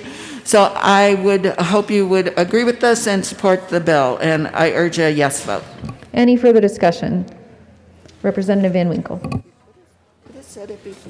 Thank you, Chair. Well, thank you to the sponsors of the bill for their hard work on it. It is a work in progress. I just don't believe it's there yet. One of my great issues with the bill is that this wouldn't be allowed in any other space. So if you get unemployment insurance that's overpaid you, you have to pay that back. Same with Social Security, same with if the bank puts, they get the wrong account number, deposit a check incorrectly, that's not your money, you have to pay it back. And of course the IRS and the state of Colorado operate by the same rules, so this is slightly different. For that reason, I'll be a no vote, but do admire the sponsors for their hard work in trying to find a middle ground on this. And if it were to go to the Senate, get amended in a little better way and come back, it's something I could be supportive of. But for right now, this bill just doesn't cut it. It's not quite there. Madam Speaker Pro Tem. Thank you, Madam Chair. And just to clarify, one of the amendments that we did put in during the committee hearing was to include in overpayment duplicate benefits, where sometimes if a worker is there and they're not supposed to go to work and they go work somewhere else and they continue to get their temporary payments, they're not entitled to them. And those they would have to pay back. So it does address the issues that Representative Van Winkle made. So again, I urge a yes vote. Representative Sullivan. Thank you, Madam Chair. I was in the Business Committee while this bill came up, and we had quite a few speakers, people pro and con to this, and it really turned a light bulb on for me when Kevin Schneider, who represents the King Soopers workers for the UFCW, came and spoke about his workers and how they were being affected. And that reminded me that what we're experiencing right now is a very sweet spot for those employees. We've seen that their employer, King Soopers, has already contributed $1 million to the Healing Fund. They have made it very public that those people are going to be off of work right now and getting paid their full employment, their full wages and their benefits and everything. But I can tell you that is going to end at some point. And it is going to be a business decision because King Soopers is losing money each and every day. They're paying out to people who are not working. And as much as we're right now thinking and showing empathy and compassion to these people right now, that too is going to fade. This is going to become a workman's compensation claim that these people are going to have to go through. And this isn't going to be people who have actual physical injuries. And I have tried to read, and I don't know what the physical injuries that a lot of these people are going to have. These people are going to be experiencing mental problems. I did read the part where they said when they were removing these people from King Soopers that law enforcement told them to keep their eyes firmly on their feet. Because what was happening is that they were walking by bodies of their co-workers who were lying on the ground. They had to go out, and quite frankly, I don't know how you can ever go back and become a floral clerk or a front end clerk or work in the produce section after you've just walked by the bodies of your co-workers. And that's something that I don't believe anybody can, diagnose and tell them, oh, this is the point in which you'll be back. Although we have heard that from individuals who tell us exactly when we're supposed to be back and being able to be back on our feet. I don't know how you tell somebody that after walking over the body of one of their co-workers that today is the day I'm fully healed and I can come back to work. So what's going to happen in this instance here is these people are going to be going through a workman's comp claim with doctors and lawyers. And God help us if the second doctor, the dime doctor, all of a sudden has a different point of view than the first doctor had for you, and is going to tell you that that's when you should be back or you're not back, and this clawback is going to happen. That could take years. We're going to see this, folks. And I hope all of the empathy and compassion that we are showing to these survivors and victims who have experienced the worst day of their life doesn't expound itself to some other day years down the future when all of a sudden this same community that was supporting them all of a sudden doesn't believe them that they are in any kind of pain because you can't see the broken bones that they are walking around with. Thank you, Representative Sullivan. To the bill, please. Any further discussion on House Bill 1207? Seeing none, the question before us is the adoption of House Bill 1207 as amended. All those in favor say aye. Aye. Those opposed, no. No. Bill is adopted. Mr. Gregorio, please read the title to House Bill 1224. House Bill 1224 by Representative Byrd, also Senator Winter, concerning modifications to the provisions governing foreclosure sales of real property. Representative Byrd. Hello, members. I move House Bill 1224. And the committee report? Okay. So, members, House Bill 1224 does two things. The first adds a definition adds qualified holder. Under current law, only large lenders are able to use copies of real property closing documents instead of originals to release a deed of trust or to initiate a foreclosure.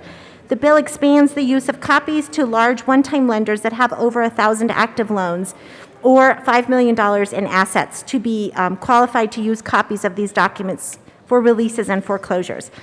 The second thing that this bill does is it fixes a significant problem for many property owners when junior lien holders foreclose on their properties.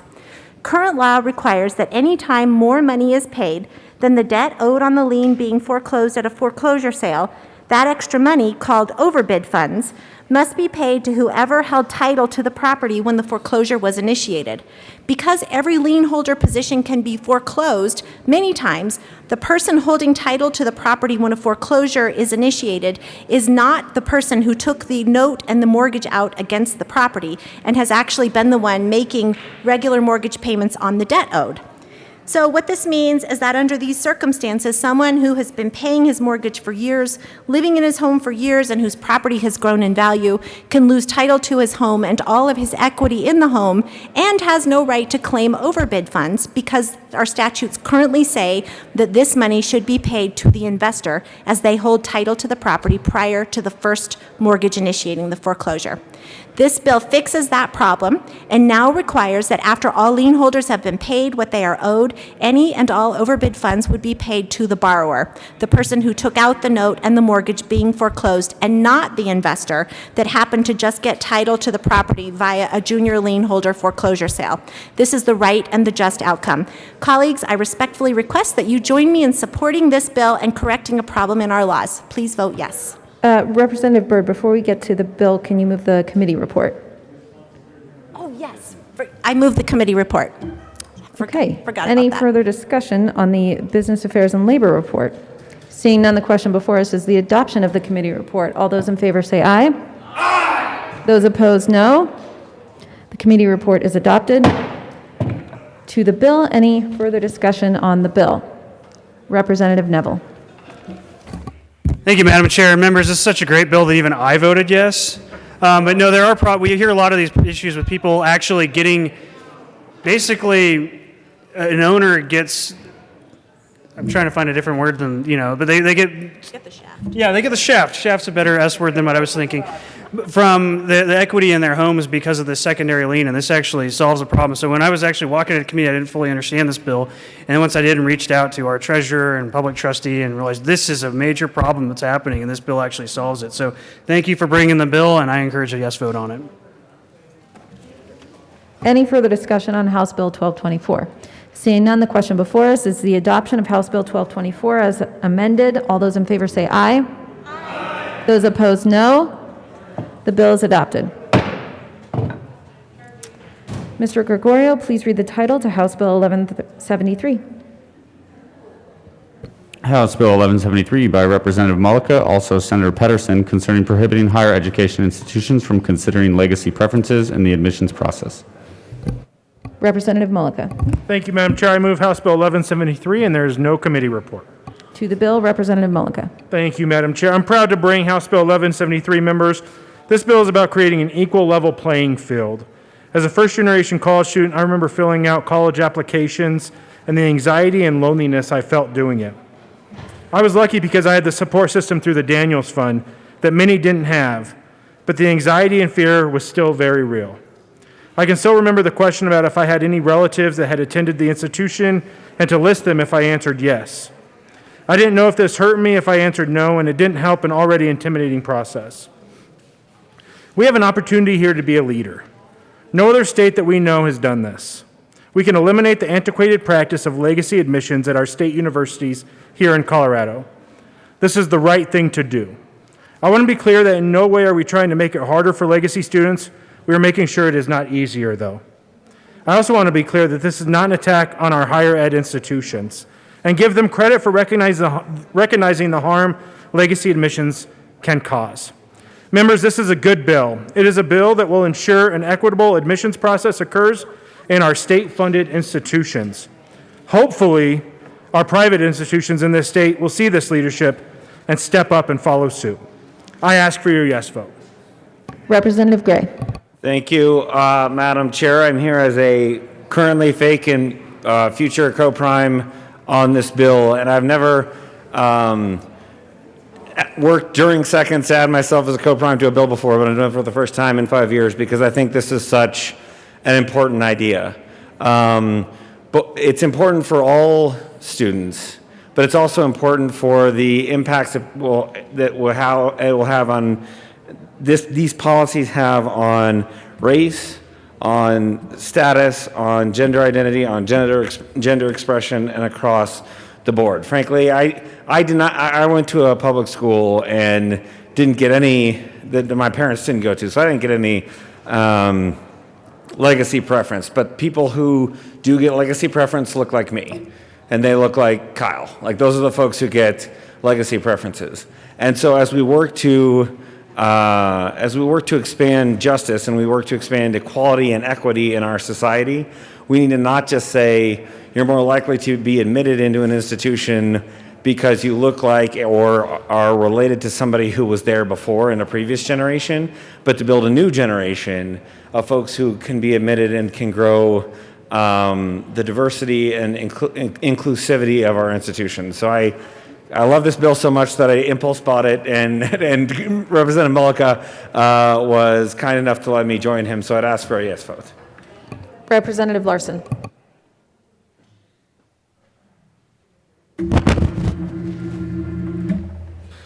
Thank you, members. Again, I heard this bill in committee, and in spite of the sponsors' just really uncharacteristic but just pretty unacceptable refusal to answer some very reasonable questions about our alma maters and why anyone would want to go to DU, this is indeed a good bill. Unlike other bills we've seen about college admissions that would really denigrate our admissions policies here, this one is getting at the heart of what we've talked about, equity. There is no reason for a tax-funded institution to have a preference for legacy. The preference for legacy is about fundraising. It's about building that institution's base. And indeed, I don't want to kneecap our public institutions from doing so, but that's not the primary purpose of education. And it's certainly not the primary purpose of our public institutions in this state. We heard testimony about some rather disturbing practices about kids getting their application fees waived if they had legacy status, questions that are indicating legacy status in there. And it's just frankly inappropriate in a public university such as ours. Our public university should be there for the benefit of our Colorado students to ensure that we have an educated workforce that will benefit our state going forward. And passing a bill like this will certainly help to further that goal. And I urge all of you to support it. Thank you. Any further discussion on House Bill 1173? Seeing none, the question before us is the adoption of House Bill 1173. All those in favor say aye. Aye. Those opposed, no. The bill is adopted. Mr. Gregorio, please read the title to Senate Bill 145. Senate Bill 145 by Senator Simpson, also Representative Valdez D., concerning the extension of the period of time that voluntary contributions that are set to expire in 2021 will appear on the state individual tax return form. Representative Valdez. Thank you, Madam Chair, and it's an honor to serve with you. And with you. I move Senate Bill 145, and there's no committee report. To the bill. Members, this is Senate Bill 145 is this year's extension and renews the checkoffs for the 6 funds which are scheduled to expire this year. The Healthy Rivers Fund, the Alzheimer's Association Fund, the Make-A-Wish Association for Colorado's Fund, the Military Family Relief Fund, the Colorado Cancer Fund, and the Unwanted Horse Fund. All these funds remain on the list so long as they continue to meet the statutory minimum annual contributions. With that, I ask for your support on Senate Bill 145. Any further discussion on Senate Bill 145? Seeing none, the question before us is the adoption of Senate Bill 145. All those in favor say aye. Aye. Those opposed, no. The ayes have it. The bill is adopted.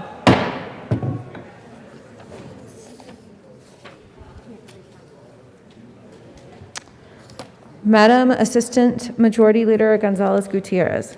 Thank you, Madam Chair. Good work today, everybody. I move that the committee rise and report. You have heard the motion. Is there any objection? Seeing none, the committee will rise and report.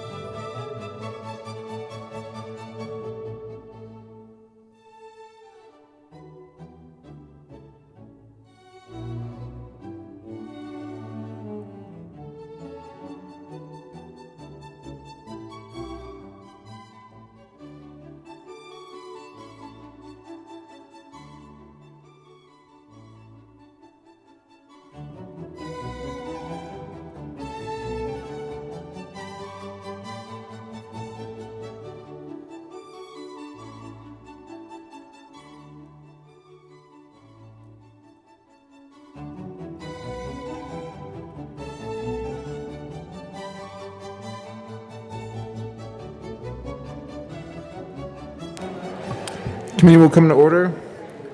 Mr. Gregorio, please read the report of the Committee of the Whole. Mr. Speaker, your Committee of the Whole begs leave to report it as under consideration the following attached bills being the second reading thereof and makes the following recommendations thereon. 1006 as amended, 1084 as amended, 1095 as amended, 1099 as amended, 1116, 1133, 1136 as amended, 1173, 1181 as amended, 1207 as amended, 1224 as amended, 1235 passed in second reading and ordered engrossed and placed on the calendar for third reading and final passage. Senate Bill 145 passed in second reading and ordered revised and placed on the calendar for third reading and final passage. Representative Sirota.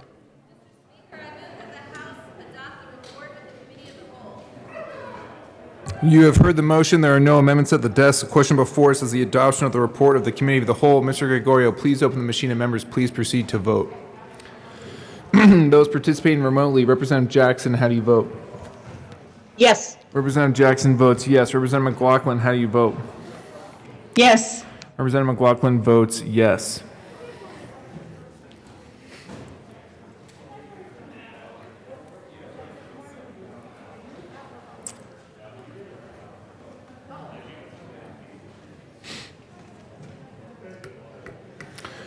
Representative Bacon, Doherty, Tipper, Titone, Van Beber, Woodrow.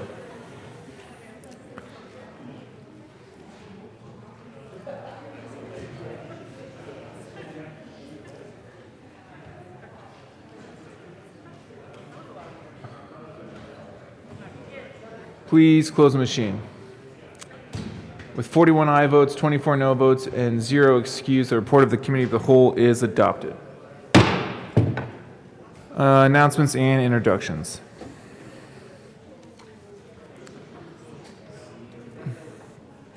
Seeing none. Let's jump into reports of committees of reference. Committee on Finance, after consideration on the merits, the committee recommends following House Bill 1132 be amended as follows and be so amended be referred to the Committee of the Whole with favorable recommendation. House Bill 1208 be amended as follows and be so amended be referred to the Committee on Appropriations with favorable recommendation. Committee on Health and Insurance, after consideration on the merits, the committee recommends following House Bill 1206 be amended as follows and be so amended be referred to the Committee on Appropriations with favorable recommendation. House Bill 1227 be referred to the Committee of the Whole with favorable recommendation. Committee on Public and Behavioral Health and Human Services, after consideration on the merits, the committee recommends following House Bill 1220 be amended as follows and be so amended be referred to the Committee of the Whole with favorable recommendation. House Bill 1228 be amended as follows and be so amended be referred to the Committee on Appropriations with favorable recommendation. Senate Bill 107 be referred to the Committee of the Whole with favorable recommendation. Senate Bill 117 be referred to the Committee of the Whole with favorable recommendation. Printing report. The Chief Printing report Clerk. will be printed in the journal. Message from the Senate. Mr. Message Speaker. from the Senate will be buried in the journal. Message from the reviser. We herewith Message from the transmit. reviser will be printed in the journal. Representative Roberts. Thank you, Mr. Speaker. I forgot to do this at the first announcements introductions. Business Affairs and Labor, we're going to meet at 11:20. 11:20, it's about 15 minutes to hear two bills, Senate Bill 40 and House Bill 1056 in room 112. Majority Leader Escar. Thank you, Mr. Speaker. I move to lay over the balance of the calendar until tomorrow, Thursday, April 8th. See no objection. The balance of the calendar will be laid over until Thursday, April 8th. Majority Leader Escar. Thank you, Mr. Speaker. I move the House stand in recess until later today. See no objection. The House will stand in recess until later today.